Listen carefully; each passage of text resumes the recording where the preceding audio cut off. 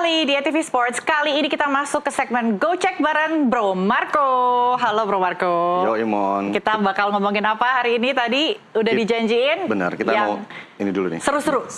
Absolute Cinema. Iya, karena kenapa? Gila banget ya. Gila banget pertandingan tadi Golnya malam. di mana-mana.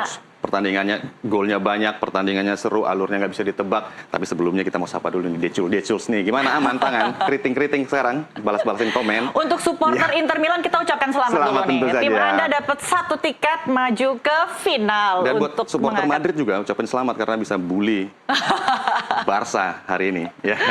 Tapi ya nggak diajak juga, nggak diajak juga, udah nggak masuk kan. Real Madrid udah tersingkir duluan juga sebenarnya. Jadi oke, kita bicara juga udah tadi malam aja. angkat trofi tahun lalu kan, kasihlah ke yang lain. Betul sekali. Ini Absolute Cinema. Wow banget, ada fantastis permainannya. Ibaratnya kalau dulu zaman dulu ini katanya dramatis, ini di atasnya dramatis nih pertandingan. Dramatis, fantastis, epic. Oh, oke. Kalau bicara film kan kita film bagus itu kan ada tokoh-tokohnya, ini ada tokoh-tokohnya, ada Jan Sommer, ada siapa nih? Ada Simone Inzaghi, ada Lamine Yamal yang menjadi tokoh pertandingan tadi malam. Dan sebenarnya ada satu tokoh lagi sebenarnya, cuma agak di balik layar nih. Siapa tuh? Ada wasit yang menjadi perbincangan. Oh iya, wasit yang kontroversial. Tapi Simone. Kita bahas dulu satu-satu pertandingan dulu. Bagaimana Blaugrana bisa sampai kalah, padahal bermain terbuka. Mungkin saking terbukanya sampai lupa pertahanan ya? Bener. Bisa slide-nya kita geser dulu? Geser, oke. Seperti kita ceritakan tadi, di awal kita bahas tadi bahwa ini adalah Absolute Cinema, di mana pertandingan memang cukup epic. Ini dia. Di mana kalau sebuah film ini menghibur. Kenapa? Karena kita lihat skornya cukup besar, 4-3. Ada 7 gol yang tercipta di sana. Mungkin kita bisa gambar-gambar sedikit, Mon? Boleh dong. Kita coba lihat dulu. Iya. Nah. Sudah bisa? Nah, iya, ini dia 4-3, ini skor yang cukup fantastis. 4+3, 7 gol tercipta dalam untuk satu pertandingan. Semifinal 4-3 banyak ini banget cukup ya. Banyak banget. Dan saya sebagai yang bukan pendukung Inter Milan maupun Barcelona, saya juga terhibur dengan gol sebanyak ini gitu, apalagi yang nonton di lapangan di San Siro kemarin. Dan apalagi yang membuat ini menjadi epic. Yang epic itu adalah 2 gol pertama itu merupakan kontribusi dari Inter Milan, betul, Martinez. Betul sekali. Jadi kemudian alurnya nggak bisa kita tebak. Nah itu dia. Di babak pertama Inter Milan mencetak 2 gol lewat Lautaro Martinez dan juga Hakan Çalhanoğlu. Dan orang berpikir bahwa Inter akan memenangkan pertandingan. Itu dia. Tapi di babak kedua, kena mental. Betul. Itu di babak kedua banget sih. 3 gol diciptakan. 3 gol. Ada Rapinya, ada Olmo 60 dan ada Garcia menit 54. Sampai di titik ini Barca berpesta, supporter Barca. Woi, kita nih juaranya. Sudah merasa juara. Lolos ke final, nah itu dia.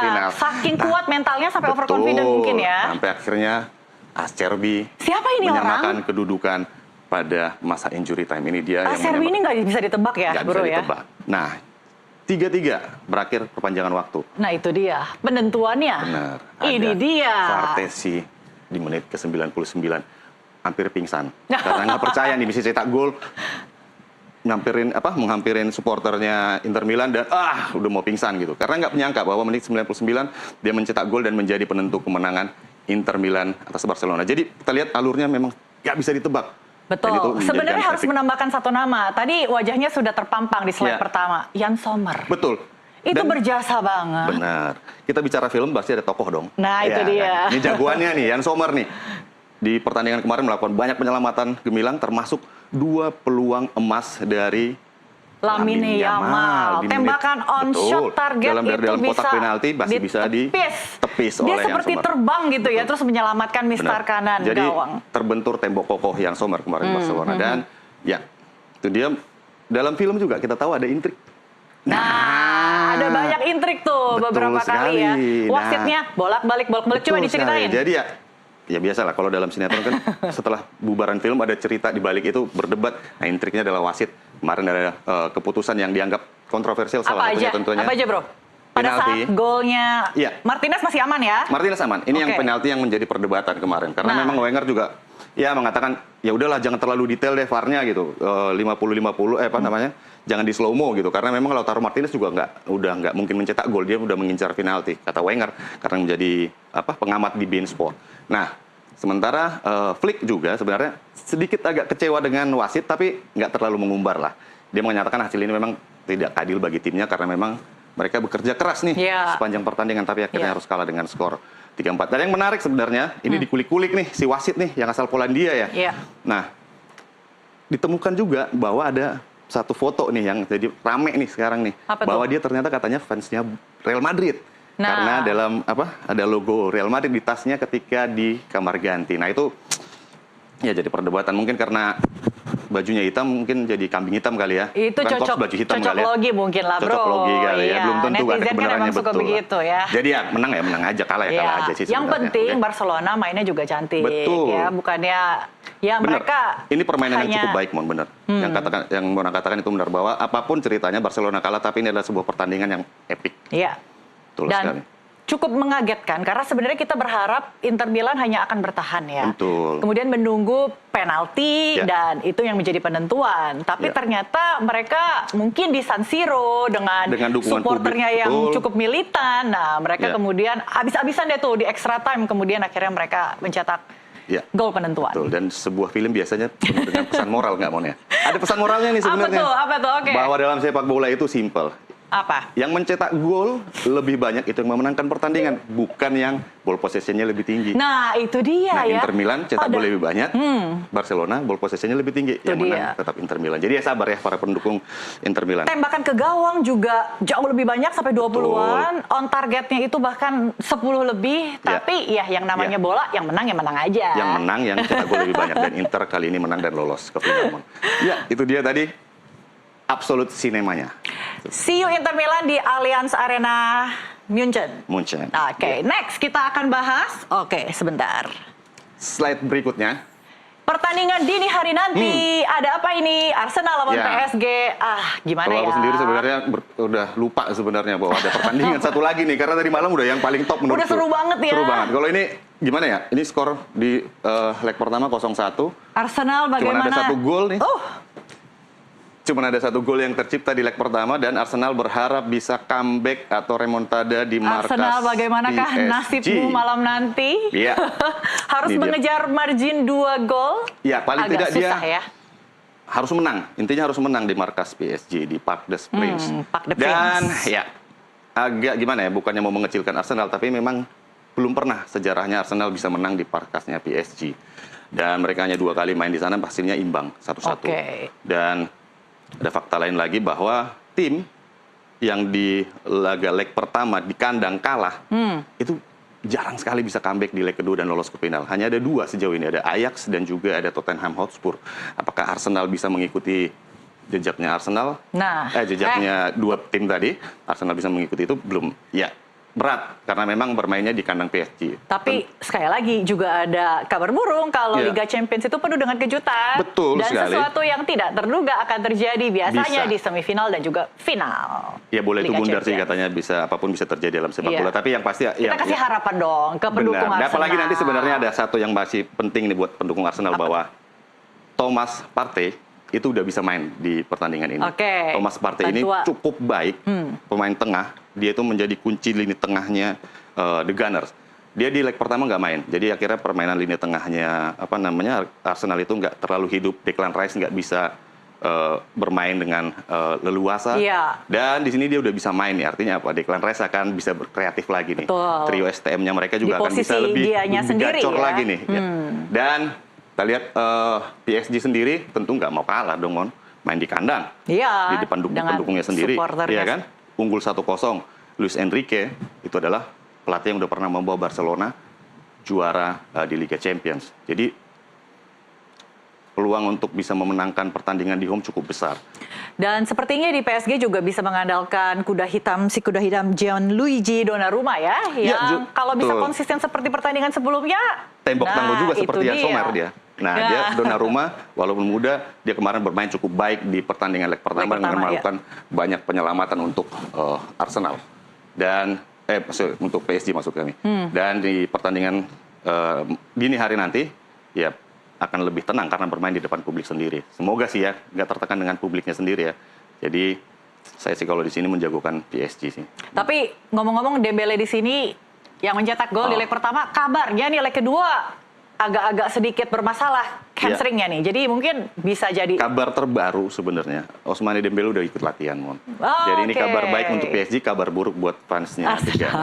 Iya, betul. Jadi ini akan menjadi momok kembali nih Ousmane Dembele untuk para The Gunners karena udah ikut latihan dan kalau menurut Luis Enrique sih udah bisa digunakan atau udah bisa tersedia untuk tim PSG pada pertandingan dini hari nanti. Oke, kira-kira PSG akan bermainnya strateginya gimana nih? Terbuka, ofensif, PSG, atau Arsenal sebenarnya harus lebih Nah, ofensif yang menarik sebenarnya Arsenal. Arsenal kan tertinggal 0-1, artinya mereka harus menang. Lebih agresif Betul. mereka. Untuk menang mereka harus mencetak gol. Iya. Dan untuk mencetak gol mereka harus bermain terbuka. Dan ini mungkin akan menjadi bisa menjadi bumerang untuk Arsenal karena PSG ini cukup baik dalam memanfaatkan celah atau counter attack dalam sebuah serangan gitu. Jadi Arsenal harus berhati-hati, nggak boleh gegabah lah. Tapi dalam artian unggul cepat itu sangat penting untuk Arsenal. Paling tidak mereka bisa menyamakan agregat dulu sebelum nantinya bisa bermain lebih tenang Biar lagi. bisa nyambung napas lagi ya. Betul. Untuk ke Nggak usah buru-buru dulu nih. Iya. Satu gol, Babak samakan pertama, agregat baru menata iya. kembali permainannya. Dan sini kita lihat prediksi leg leg 2. kedua PSG Arsenal gimana nih? Kalau Mona? Supaya seru, 1 untuk Arsenal. Oh, kalau aku sih sebenarnya, Ini aku. kalau aku 1 tapi untuk PSG, 1 lagi untuk Arsenal. Karena sulit sekali Arsenal bisa menang di markas PSG menurutku. Tapi saya percaya kalau Arsenal akan tetap berusaha Yakin. karena Tim ini- satu-satunya harapan Liga Champions buat Tim Arsenal. ini suka PHP. Aku garis bawahin aja. Tim ini suka PHP. Kalau masih percaya silahkan, tapi kalau menurutku PSG akan menang dengan skor 1-0. Oke, kita ke slide berikutnya. Yes. Oke, ini dia. Ini dia. Siapakah yang Baik. akan Gua nggak melawan sabar nih, mau Inter nyoret-nyoret. di Allianz Arena? Bisa dicoret nggak nih? Bisa Iya. dong. Coret yang satu ini. Bye-bye, Bye-bye, Blaugrana. dadah, Dicul, dadah. Kita tinggal menunggu satu lagi peserta yang akan tampil ini di final dia. Liga Champions. Akankah Arsenal Atau PSG PSG yang akan melawan Inter Nah, Milan? kalau tadi bilang PSG yang akan kesini nih. Nah, kalau aku sih Oke. bilang Arsenal yang akan ke Ya, sini. siapa yang akan di PHP-in ya. Nah, tapi yang menarik Mon sebenarnya adalah ada di episode sebelumnya kita udah pernah bahas sebenarnya bahwa final yang berlangsung di Allianz Arena itu selalu melahirkan juara baru.